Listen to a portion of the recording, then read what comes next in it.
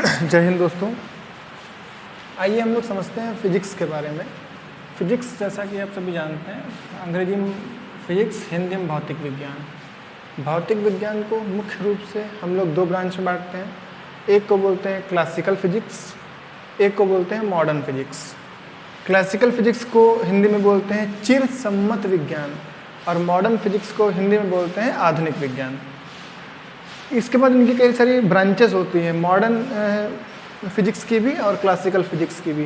Classical physics जो 1900 शताब्दी से पहले 1900 से पहले की जो फिजिक्स थी, जो खोजें हुई, जिनके बारे में बात की गई, उस सब के बारे में जो हम लोग पढ़ते हैं, जो भी चीज़ें हैं वो सब आती हैं इसमें से। मैकेनिक्स है, ऑप्टिक्स है, मैकेनिक्स मतलब यांत्रिकी है, ऑप्टिक्स प्रकाशिकी है, ध्वनि एवं ध्वनि तरंगे हैं, साउंड एंड वेव इमोशंस, ऊष्मा एवं ऊष्मागतिकी है, विद्युत चुंबक तत्व है।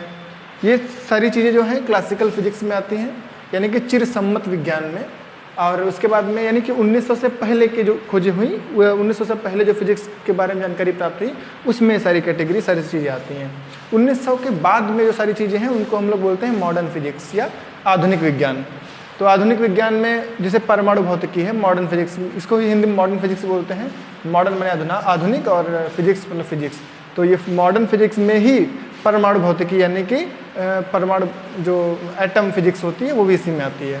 उसके बाद आपका आता है नाभिकीय भौतिकी, न्यूक्लियर फिजिक्स, क्वांटम यांत्रिकी, क्वांटम फिजिक्स ही बोलते हैं। यांत्रिकों को वैसे यहाँ पे तो मैकेनिक्स बोलते हैं, लेकिन क्वांटम यांत्रिकों को एक साथ मिला के क्वांटम फिजिक्स बोला जाता है। फिर आते हैं आपेक्षिकता का सिद्धांत, थ्योरी ऑफ रिलेटिविटी, ये आप आइंस्टीन ने दिया था, आप सभी को पता ही होगा। उसके बाद विश्व विभाजन एवं अंतरिक्ष अन्वेषण, कॉस्मोलॉजी एंड स्पेस एक्सप्लोरेशन। और उसके बाद में आता है मध्याकार भौतिकी, मेसोस्कोपिक फिजिक्स। इसी के बाद एक आता है माइक्रोस्कोपिक फिजिक्स। तो ये टोटल फिजिक्स है, कंप्लीट फिजिक्स है। मतलब जो आप फिजिक्स के बारे में जानते हैं, जितना फिजिक्स का जो सुना है, तो कंप्लीट फिजिक्स यही है।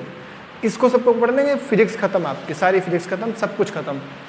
तो हम लोग अगर जो बात कर रहे हैं वो यूपी बोर्ड के लिए, उत्तर प्रदेश जो कक्षा 12वीं का एग्ज़ाम कराती है उसके लिए, तो उसमें ये सब इतना सारा नहीं पूछा जाता है। ये तो पूरा सागर है, इसमें से ये सब पूछा ही नहीं जाता है। जो इम्पोर्टेंट है, कुछ टॉपिक्स दिए हैं, जैसे कुछ टॉपिक्स यहाँ के उठा लिए हैं क्लासिकल फिजिक्स के, कुछ टॉपिक्स मॉडर्न फिजिक्स के उठा लिए हैं। तो दोनों टॉपिक्स को मिला के जो आपका 12th का पेपर बनता है वो बनाया जाता है।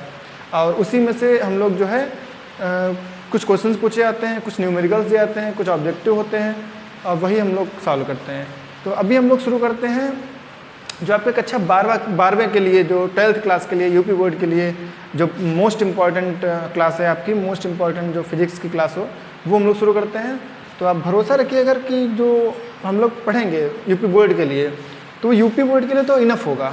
आपकी जो अगर इन फ्यूचर में अगर आप यूपी बोर्ड के इंटर करने के बाद में, बहुत से ऐसा होता है कि सीबीएसई बोर्ड के बच्चे ही मैक्सिमम जो है आईआईटी करते हैं जाके, या नीट करते हैं जाके। यूपी बोर्ड्स के हम लोग कहीं थोड़ा सा स्लो रहते हैं इन सब चीज़ों में, लेकिन आपको हम इन सबसे आगे लेके जाना है। हिंदी मीडियम को एक ब्रांड बनाना है, यूपी बोर्ड को एक ब्रांड बनाना है अंतर्राष्ट्रीय लेवल पे, राष्ट्रीय लेवल पे।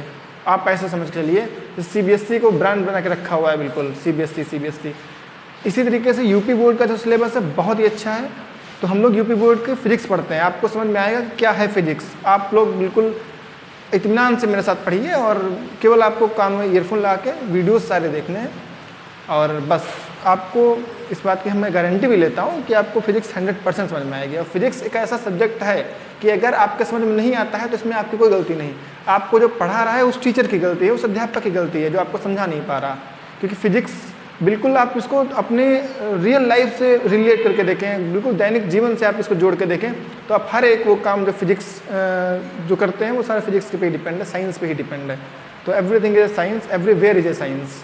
तो हम लोग शुरू कर देखते हैं कि कक्षा 12वीं के सिलेबस में क्या क्या चीज़ें हैं। देखिए,